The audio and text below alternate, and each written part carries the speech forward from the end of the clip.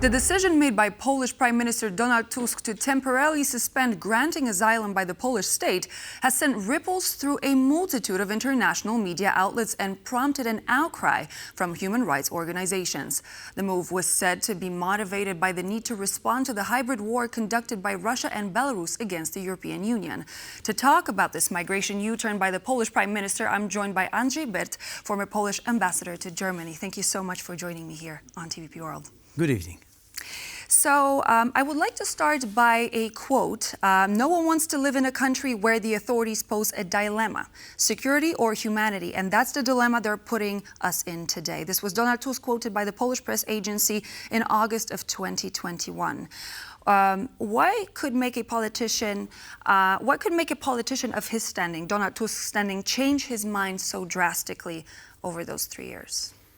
The political situation, not only in Poland, but also worldwide and in our direct neighborhood. There's not only the war, aggressive war of Russia in Ukraine, but it's also the reflection of that fact, practically worldwide, but also with a big accent in the European Union, as a result of an anxiety which has opened its doors after the big arrival of migrants in 2014.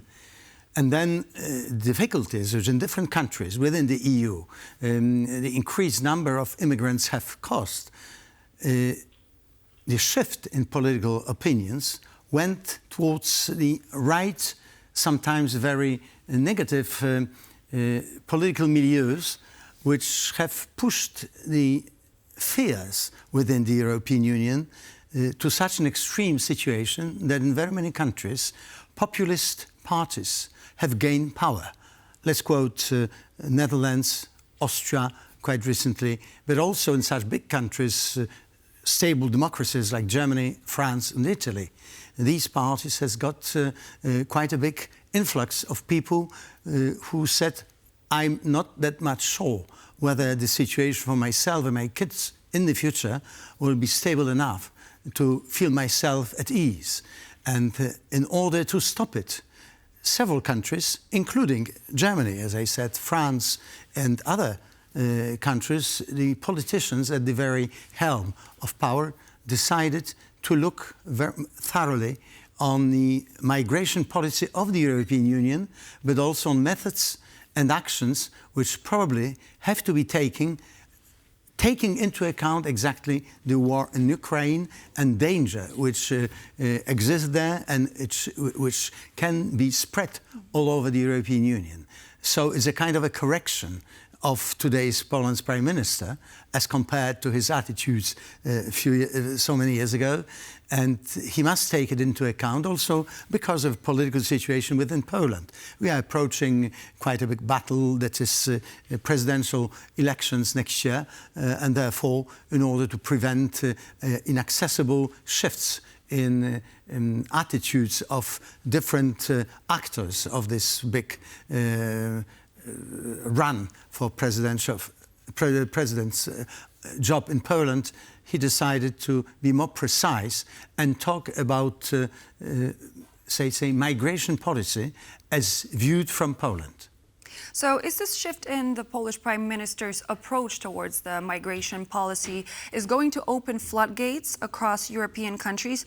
What kind of message does this statement that was issued on Saturday, what message does it send to other European countries? I would say this message has provoked quite a big uproar in the media, in the political circles in Europe. But as a matter of fact, it's not so to say, a big provocation.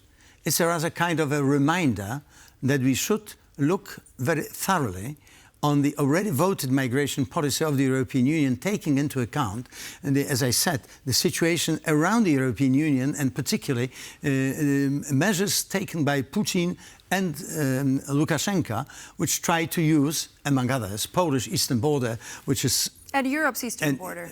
Exactly, which is also European eastern border, and therefore to provoke other colleagues to think once again and maybe envisage necessary adjustments. I don't say that is necessary just now, but the debate within the European Union is absolutely a kind of a priority. But you mentioned certain adjustments, and considering that Germany is upping their border controls in recent weeks, do you think that Germany, when it comes to the EU Commission's meeting and Donald Tusk presenting his ideas, do you think that Germany will actually support him in that claim of I wouldn't like to put any bets now what will be the result of the potential debate. But you might have your opinion on this. Watching the German press and the electronic media, so as a matter of fact, if you look at it, they probably withdrew from making any dramatic comments. It looks like as if they were released, that Polish Prime Minister,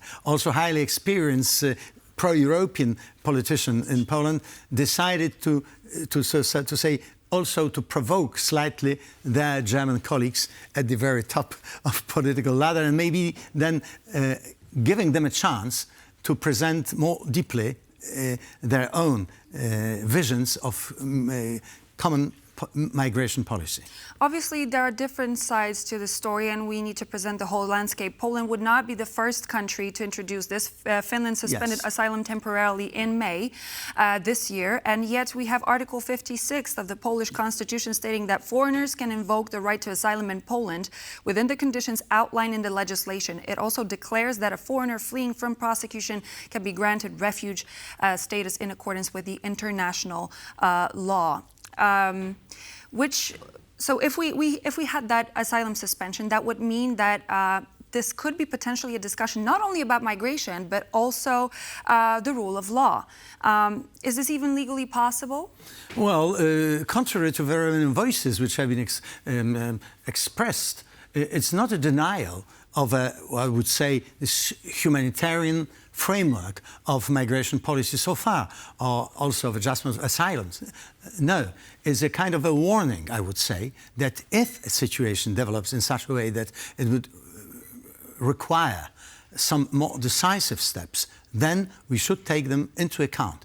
What these measures could be, we are still, as of today at least, we have no very precise ideas, because, as a matter of fact, tomorrow the government will accept probably general outlines, and then it probably will start there also was a debate. cabinet meeting taking place today at 7 p.m. Yes, that's it. And then we probably tomorrow will know what are the major points, more pragmatic ones, and then probably it will not be immediately introduced into our own Polish law, but it probably be a starting line for debate where also critical views could be expressed, and then we'll try to find kind of a compromise. And last but not least, if the EU Commission was not to agree to that proposal, what do you think is going to happen in the relationship between Poland and European Commission? How is that going to affect that relationship? No, it won't affect our relationship at a very short distance, because development of EU policies in the past, today, and also in the future is a product of a compromise, of a debate. So we shall start to present our arguments. We, Polish ones, other countries, their own, and as a result, probably the Commission will find a kind of a balance. And what about long term? Because you mentioned short term. Yes, in the long term is no problem whatsoever. We have probably to adjust quite a fresh migration policy pact, which was voted, as we know, earlier this year. But in the meantime, situation has changed, and we cannot foresee 100% with 100% accuracy what would happen next, because we have to know that such steps which could be taken now by Poland together with other colleagues or countries from the European Union will be observed also by Ukraine, by Russia and Belarus, and they will probably try to adjust to that. We cannot foresee what would happen, but there is a major conflict still ahead of us. Most definitely, and we will, I suppose that the eyes of Europe and perhaps the world are going to be looking at Poland tomorrow during the cabinet meeting, and we're going to find out more. Absolutely sure, that'll be the case. Thank you very much. Andrzej Byrt, former Polish ambassador to Germany, was my guest. This would be all the latest news and features now here on TVP World. Thank you so much for joining, and please stay tuned for more.